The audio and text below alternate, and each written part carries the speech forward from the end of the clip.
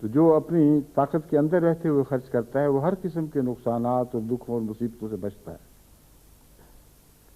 والذین لا یدعون مع اللہ الہا آخر، اور یہ بھی انصاف کے تقاضوں میں سب سے اہم تقاضا ہے کہ اللہ کا شریک نہ ٹھہرایا جائے۔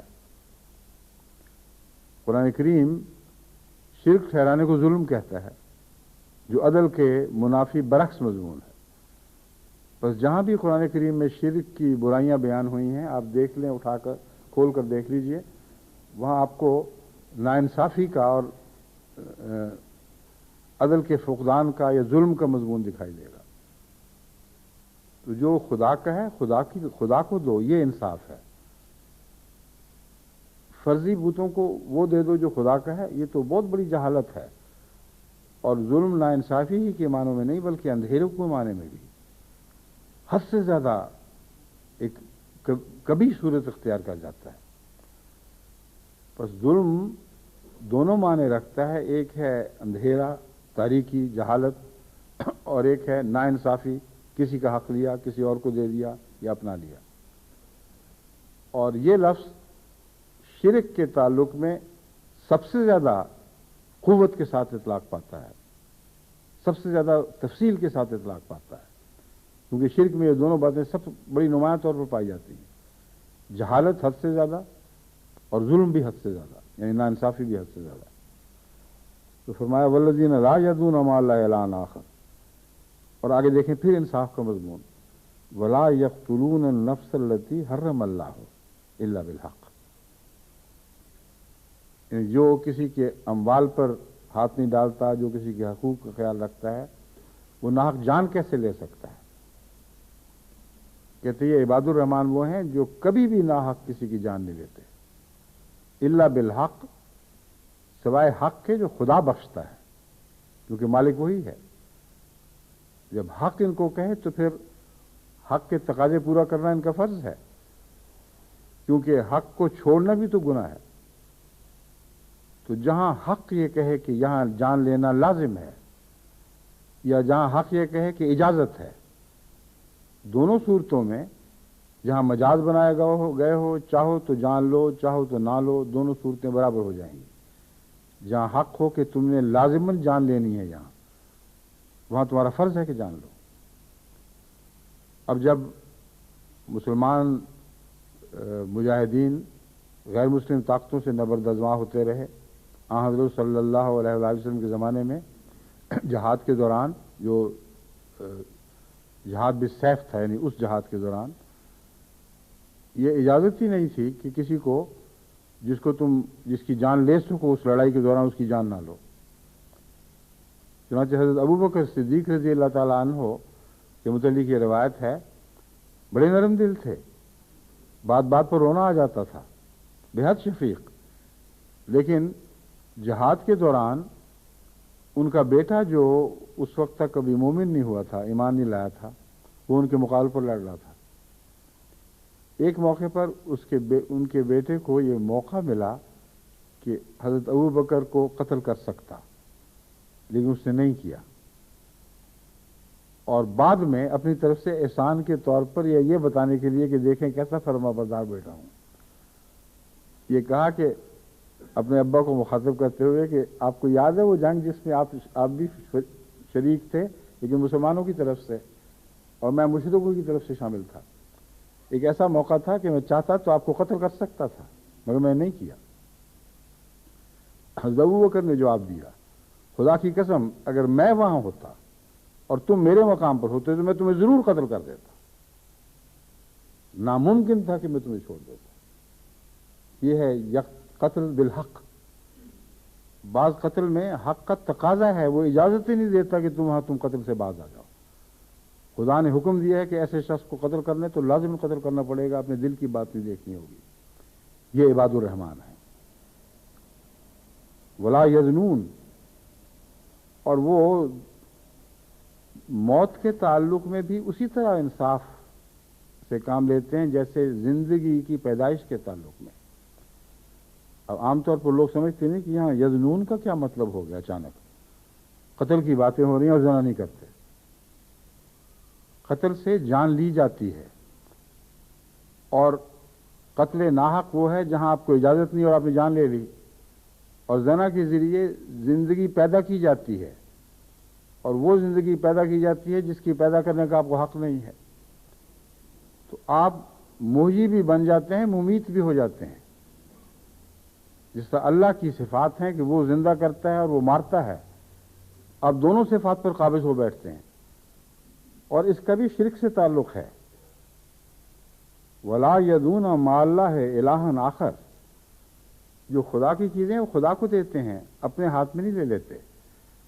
بس موت کا اختیار خدا کو ہے، کوئی اور نہیں ہے جو کسی کی موت کا فیصلہ کر سکے۔ پیدا کرنے کا اختیار خدا کے ہاتھ میں ہے، کسی کو حق نہیں ہے کہ وہ اس کی اجازت کے بغیر پیدا کرے۔ اور یہ خدا کے وہ بندے ہیں جو قتل بھی حق کے ساتھ کرتے ہیں اور پیدا بھی حق ہی کے ساتھ کرتے ہیں۔ تو یہ مضمون ہے، زنا نہیں کرتے، جس کے نتیجے میں لازماً پھر ایسے موقع پیدا ہو جاتے ہیں۔ فرمایا وَمَن يَفْعَلْ ذَلِكَ يَلْقَ أَثَامًا، اور جو یہ باتیں کرے جو اوپر بیان کی گئی ہیں تو بہت بڑا گناہ کمانے والا ہے، اور اس کا نتیجہ دیکھ لے گا۔ یلقا اسامہ کا مطلب یہ ہے کہ اس نے ایک بہت بڑا گناہ کمایا اور اس گناہ کا بد نتیجہ وہ دیکھ لے گا۔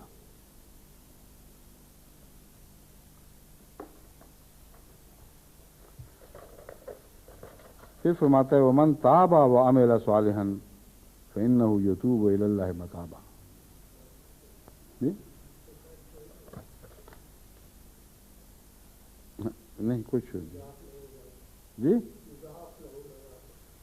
یہ انہوں نے چھوڑی ہے، جنہوں نے لکھی ہے، میں نے تو نہیں چھوڑی۔ یوم القیامہ یضاعف لہ العذاب، یوم القیامہ اسی کی بات آتی ہے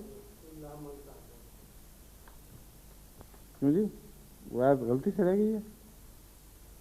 حافظ صاحب، حافظ مبارک صاحب، یاد ہے نا آپ کو؟ پڑھیں پھر۔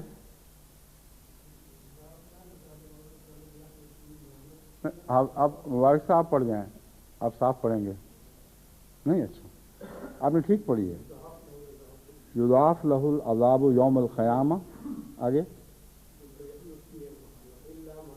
وَيَخْلُفْ فِيهِ مُحَانًا، فِيهِ یہاں فِيهِ پڑھا جاتا ہے، نہیں پڑھا ہی جاتا ہے۔ وَيَخْلُفْ فِيهِ مُحَانًا، ہاں إِلَّا مَن تَابَ، اس کے لیے ایک منٹ بس ہو گئی، جو بتانے سے بتا دی بات آپ نے۔ اس کے لیے عذاب آئے گا اس کے پیچھے، نہ عذاب اس کو دیا جائے گا، اور یضاعف لہ العذاب، عذاب بڑھا دیا جائے گا، کیونکہ عام گناہوں کے مقابلے پر یہ جو گناہ شرک کا گناہ اور زندگی اور موت کے معاملے میں خدا کی ملکیت میں دخل اندازی، یہ تمام تینوں چیزیں مل کر اتنا بڑا گناہ بن جاتی ہیں کہ فرمایا ذالک یلقا اثاما، بہت بڑے گناہ کو پہنچے گا اور اس کے عذاب کو دیکھے گا، اور ایسے شخص کا عذاب بڑھایا جائے گا اور اس میں وہ چھوڑ دیا جائے گا ذلیل اور خوار ہو کر، یعنی اس کو پھر پوچھا بھی نہیں جائے گا کہ تم کس حالت میں ہو۔ الا من تاب وعمل صالحا، تاب و اصلحہ نہیں ہے، لائیں نکال لی آپ نے، اچھا کیا، کہاں ہے؟ یلقا اثاما یضاعف لہ العذاب یوم القیامہ ویخلد فیہ مہانا، یخلف نہیں تھا، یخلف یا یخلد نہیں تھا، یخلد فیہ مہانا، وہ اس میں لمبے عرصے تک ذلیل و خوار پڑا رہ جائے گا۔ الا من تاب و آمن و عمل صالحا، سوائے اس کے جو توبہ کرے اور ایمان لائے اور عملا صالحا اور نیک اعمال بجا لائے، فاولئک یبدل اللہ سیئاتہم حسنات، سوائے اس کے، یہ تو کسی اور صورت سے شروع ہو گیا قصہ، جو مجھے دی گئی ہیں آیات عباد الرحمان کے بعد وہ آیتیں کچھ اور شروع ہو گئی ہیں. کس نے کی تھی کاپی؟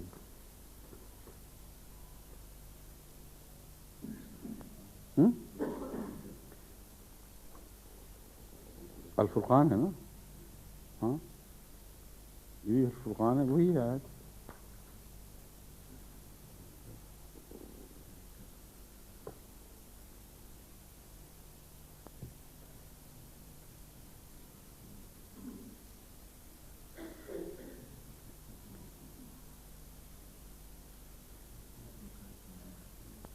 چھوٹی نہیں ہے، وہ پہلے سے انہوں نے بیان کرنی شروع کر دی ہے. ان کی غلطی نہیں، آپ کی غلطی ہے. وہ جو آیات انہوں نے لکھ کے دی ہیں وہ جس تسلسل سے میں پڑھ رہا تھا اسی میں اسی طرح آ رہی ہیں. آپ نے ان آیات سے پہلے کی ایک آیت کو یہ سمجھ لیا کہ وہ وہاں تھی. اگر وہ سمجھا جائے تو سارا مضمون ہی آگے بدل جاتا ہے. صحیح میں حیران ہو رہا تھا کہ مضمون اور طرح سے اٹھایا گیا، ابھی اور مضمون شروع ہو گیا ہے. شاہ صاحب سن لیں غور سے اس بات کو. قرآن کریم یاد تو آپ کو تھا مگر ترتیب سے یاد نہیں رہا. جو انہوں نے قرآن کریم دیکھ کر فوٹو کاپی دی وہ بالکل درست ہے، اسی طرح ہی ہے وہاں. سمجھ گئے؟ اب جا کے چیک کر لینا گھر. اب میں قرآن کریم سے پڑھ کے آپ کو سنا رہا ہوں. حرم اللہ الا بالحق ولا یزنون ومن یفعل ذلک یلقى اثاما یضاعف له العذاب یوم القیامہ ویخلد فیہ مہانا الا من تاب وآمن وعمل عملا صالحا فاولئک یبدل اللہ سیئاتہم حسنات وکان اللہ غفور الرحیم. سوائے اس کے کہ کوئی شخص توبہ کرے اور ایمان لائے اور نیک اعمال بجا لائے، فاولئک یبدل اللہ سیئاتہم حسنات، تو یہ وہی لوگ ہیں جن کی بدیوں کو حسنات میں تبدیل کر دیا جائے گا، اللہ تعالیٰ تبدیل فرما دے گا. وکان اللہ غفور الرحیم، اور اللہ تعالیٰ بہت بخشنے والا اور بار بار رحم فرمانے والا ہے. ومن تاب وعمل صالحا فإنه يتوب إلى الله متابا. میں نے کہا بات ان کی بھی ٹھیک ہی ہے. آپ نے بیچ میں سے آیات چھوڑ کر من تابا کے اوپر چھلانگ لگائی ہے. اس لیے جو کچھ میں نے کہا آگے جب میں پہنچا ہوں تو مجھے پتہ لگا کہ وہ درست نہیں تھا. اس کی تصحیح ہو جانی چاہیے. آپ کی غلطی ہے، ان کی نہیں ہے. جزاکم اللہ. ٹھیک ہے. وہ آیت جہاں سے جو میں نے ابھی چیک کی ہے وہ بعد میں شروع ہونی ہے اور غلطی سے چھلانگ لگا کر اس پر پہنچ گئے، اور بظاہر مضمون وہی ہے اور تعلق بھی قائم ہے، اس لیے پتہ نہیں لگا کہ کیا غلطی ہوئی.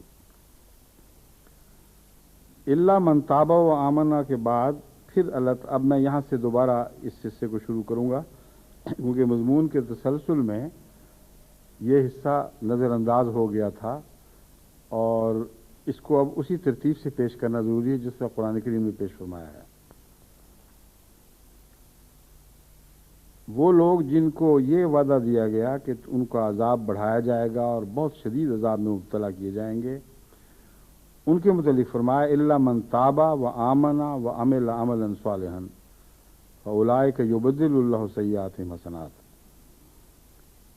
یہ جو مضمون ہے اب عباد الرحمان سے تعلق نہیں رکھتا. یہاں ولا یزنون والا جو حصہ ہے، جو خدا کا شریک ٹھہراتے ہیں، زندگی اور موت پہ قابض بن بیٹھتے ہیں، اب کچھ ان کی متعلق باتیں شروع ہو گئی ہیں. فرمایا اگر تم ان میں سے ہو تو عباد الرحمان سے تو تمہارا کوئی دور کا بھی تعلق نہیں رہا. پھر یاد رکھنا تم سے یہ سلوک کیا جائے گا، اور وہ سلوک یہ ہے کہ عذاب بڑھایا جائے گا اور بہت ہی بری حالت میں تم رہو گے. یخلد فیہ مہانا، اس میں ذلیل حالتوں میں مدتوں اسی طرح پڑے رہو گے. لیکن اس سے بچنے کا ایک طریق ہے جو تمہارا رستہ موڑ دے گا اور پھر تم عباد الرحمان کی طرف واپس سفر کر سکتے ہو.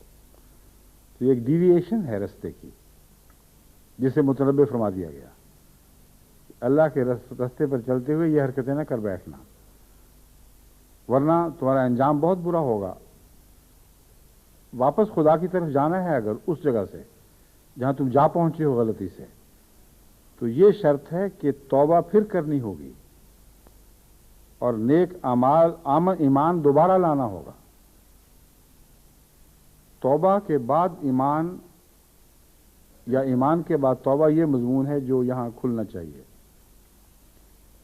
ایک ایمان سرسری ہوا کرتا ہے جس سے ساری بات شروع ہوئی ہے، اور ایک ایمان ہے جو حقیقی ہوتا ہے. تو جو توبہ کر کے ایمان لاتا ہے، مراد یہ ہے کہ توبہ کر کے اپنے ایمان کی سچائی کو ثابت کر دیتا ہے. ورنہ اگر حقیقی ایمان نہ ہو خدا تعالیٰ کے صاحب اختیار ہونے پر اور جہنم کے حق ہونے پر، تو ایسا ایمان اس کو توبہ کرنے دے گا ہی نہیں. بس فرمایا تمہاری ایمان کی اصلاح ضروری ہے جو سچی توبہ سے ہوگی. سچی توبہ کرو اور پھر جو تمہارا ایمان نصیب ہوگا وہ عملاً صالحاً تک تمہیں پہنچا دے گا. ایسا شخص پھر لازم ہے کہ نیک اعمال بجا لائے گا. یہ وہ لوگ ہیں فاولئک یبدل اللہ سیئاتہم حسنات، جن کی برائیوں کو اللہ تعالیٰ حسنات میں تبدیل کرنا شروع کر دے گا. اب دیکھ لیں وہی بات جو میں آپ سے عرض کر چکا ہوں پہلے بھی، کہ اپنی برائیوں کو خود تبدیل کرنا ہمارے بس کی بات نہیں ہے، بہت ہی مشکل کام ہے. لیکن فیصلہ کرنا اور یہ ارادہ کر لینا کہ ہم نے آج اپنی زندگی میں ایک تبدیلی پیدا کرنی ہے، یہ آغاز ہر انسان کے دل سے ہونا چاہیے. اس کے بغیر خدا تعالیٰ کوئی تبدیلی پیدا نہیں کرے گا. فرمایا ایک فیصلہ کرو اور اس کی سچائی کو اپنے عمل سے ثابت کرنے کی کوشش کرو. تو پہلے معنی جو پہلے ہیں عمل صالحاً، اس سے مراد یہ ہے نیک اعمال بجا لانے کی کوشش کرے گا، کیونکہ بات کی آیت یہی مضمون کھول رہی ہے. بس جو لوگ وہ شخص جو ایسی توبہ کرے گا کہ اس کے بعد نیک اعمال بجا لانے کی کوشش کرتا ہے، فَإِنَّهُ يَتُوبُ إِلَى اللَّهِ مَتَابًا، تو ہلکی پھلکی توبہ نہیں کیا کرتا، وہ تو اپنے رب کی طرف توبہ کرتے ہوئے جھپٹ پڑتا ہے، اس تیزی سے الٹ پڑتا ہے اس طرف کہ جیسے آنن فانن کو واقعہ ہو گیا ہو. تو جو خدا تعالیٰ کی عظمت کو پہچان لے اور عذاب کی حقیقت کو جان لے، وہ پھر ٹالا نہیں کرتا توبہ کو کہ اچھا آج میں اتنا سا کر لوں گا، کل میں اتنا کروں گا. یہ وہ لوگ ہیں جو خدا کے امن میں، خدا کی حفاظت کی گود میں آ جاتے ہیں. فَإِنَّهُ يَتُوبُ إِلَى اللَّهِ مَتَابًا، وہ تو اللہ کی طرف توبہ کرتے ہوئے الٹ پڑتے ہیں. پھر فرمایا وَالَّذِينَ لَا يَشْهَدُونَ الزُّورَ وَإِذَا مَرُّوا بِاللَّغْوِ مَرُّوا كِرَامًا. جو متابہ کا مضمون ہے، یعنی بے محابہ توبہ، ایک دم کوئی ایک زلزلہ سا برپا ہو گیا ہو، ایسی توبہ، اس کے نتیجے میں خدا تعالیٰ فرماتا ہے کہ بعض باتیں لازماً ہوں گی اور بعض علامتیں ظاہر ہوں گی. اگر کوئی شخص یہ سمجھتا ہو کہ میں نے وہ توبہ کر لی ہے، جس کا دوسرا نام توبۃ النصوح بھی ہے، تو اس توبۃ النصوح کے بعد پھر یہ علامتیں ظاہر ہونی چاہیے والذین لا یشهدون الزور واذا مروا باللغو مروا کراما، کہ وہ جھوٹ کا منہ تک نہیں دیکھتے.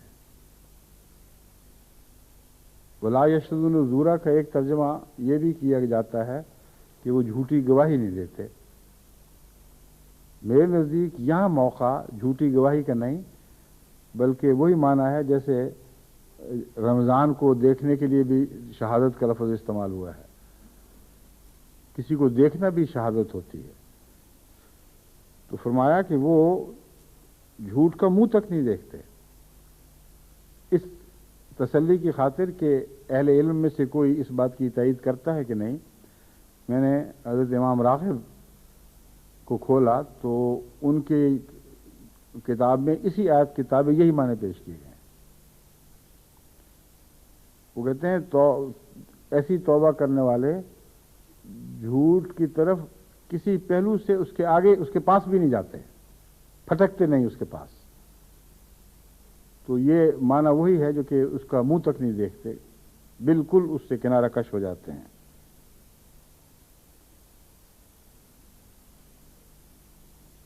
وَإِذَا مَرُّوا بِاللَّغْوِ مَرُّوا كِرَامًا۔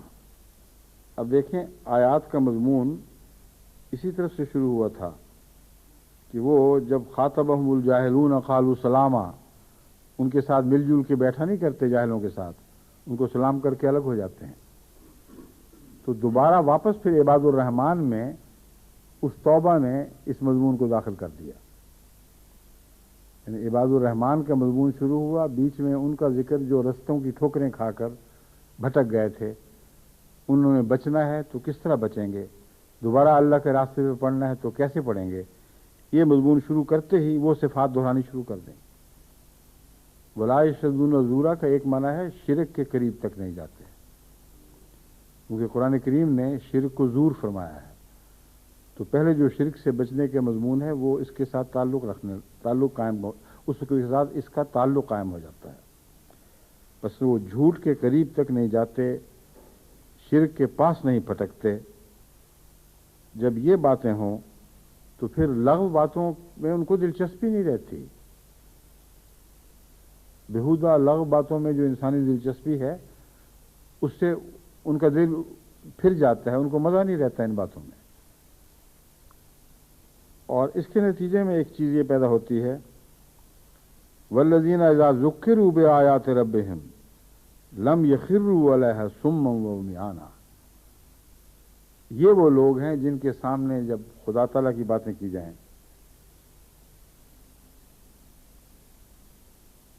خدا تعالیٰ مراد لفظ استعمال ہوئے ربہم، یہ وہ لوگ ہیں جن کے سامنے جب ان کے رب کے نشان پیش کیے جاتے ہیں، لم یخروا علیہا صما وعمیانا، وہ اس کے اوپر بہرے اور اندھے ہو کر نہیں پڑھتے، اس سے بہروں اور اندھوں والا سلوک نہیں کیا کرتے، بلکہ بڑی توجہ کے ساتھ ان چیزوں کو دیکھتے ہیں۔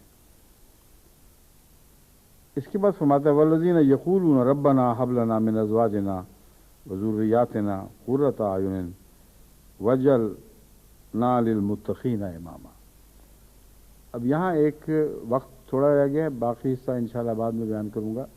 ایک اہم بات اس آیت کے تعلق میں بیان کرنے والی یہ ہے کہ آپ لغو سے منہ موڑیں گے تو خدا تعالیٰ کی باتوں میں دلچسپی ہوگی، خدا تعالیٰ کی باتوں میں دلچسپی ہوگی تو لغو سے خود بخود منہ موڑنے لگیں گے، اور یہ روزمرہ پہچان ہے کہ ہم عباد الرحمن بننے کے قریب ہو رہے ہیں یا دور ہٹ رہے ہیں۔ اس بات کو اچھی طرح پلے باندھ لیں۔ بعض لوگ ہیں جو نیکی کی باتیں ہو رہی ہوں، درس ہو رہا ہو، خطبہ ہو رہا ہو، ایسی باتیں ہوں تو ان کی آنکھوں سے کچھ روشنی بجھ سی جاتی ہے۔ وہ بیٹھتے تو ہیں اگر بیٹھیں، مگر ہر بات کو غور سے سن نہیں رہے ہوتے، تباً دلچسپی نہیں ہوتی، مگر ان کی مرضی کے ٹیلی ویژن کا پروگرام ہو تو پھر دیکھیں اچانک اندر سے ایک روشنی نکلتی ہے اور آنکھیں چپک جاتی ہیں ٹیلی ویژن کے ساتھ۔ اور اگر کوئی بچہ شور ڈالے تو خبر چپ چپ، وہ دیکھو وہ کیا کر رہا ہے، میرا مزہ خراب کر دیا۔ تو عباد الرحمن اور جو دوسرے بندے ہیں کسی کے، ان میں بڑا فرق ہے، اور یہ علامتوں سے پہچانا جاتا ہے، اور ہر انسان روز برہ اپنی علامتوں کو دیکھتا ہے، جانتا ہے، اور ان آیات کے ذریعے جو اس کے اندر سے ظاہر ہو رہی ہیں وہ شناخت کر سکتا ہے اپنے آپ کو۔ بس خدا تعالیٰ نے جو مشکل رستے دکھائے ہیں، بلند منزلیں قائم فرمائی ہیں، ان کے ہر قدم پر رہنمائی فرمائی ہے، ہر قدم پر جانچ پہچان کے سائن بورڈ لگا دیے ہیں، تاکہ آپ کو بعد میں جا کر نہ پتہ چلے کہ او ہو یہ کیا ہو گیا، میں کہاں جا نکلا۔ ہر وقت، ہر لمحہ، ہر قدم آپ کو پتہ ہو کہ میں کس سمت میں قدم اٹھا رہا تھا، کس سے دور جا رہا ہوں اور کس سے قریب جا رہا ہوں۔ تو عباد الرحمن بننا مشکل تو ہے، مگر خدا تعالیٰ نے اتنا تفصیل سے مضمون بیان فرما دیا ہے کہ ان میں سے ایک ایک بات جو میں نے آپ کے سامنے رکھی ہے آیات کے حوالے سے، وہ اپنی ذات میں بہت بڑا مضمون رکھتی ہے۔ اگر اس کے اوپر تفصیل سے روشنی ڈالی جائے تو ایک لمبا سلسلہ چاہیے ان باتوں کے بیان کا۔ تو سر دست میں چونکہ وقت ختم ہو گیا ہے، یہیں اسی پر اکتفا کرتا ہوں۔ انشاءاللہ آئندہ عباد الرحمن والے مضمون کو ہی ہم پھر بیان کریں گے۔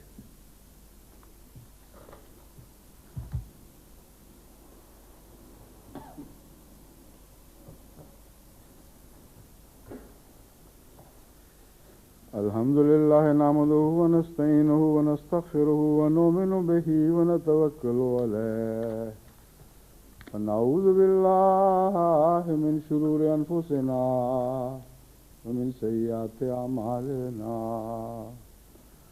من يهده الله فلا مضل له ومن يضلله فلا هادي له ونشهد أن لا إله إلا الله وحده لا شريك له ونشهد أن محمدا عبده ورسوله عباد الله رحمكم الله إن الله يأمر بالعدل والإحسان وإيتاء ذي القربى وينهى عن الفحشاء والمنكر والبغي يعظكم لعلكم تذكرون اذكروا الله يذكركم وادعوه يستجب لكم ولذكر الله أكبر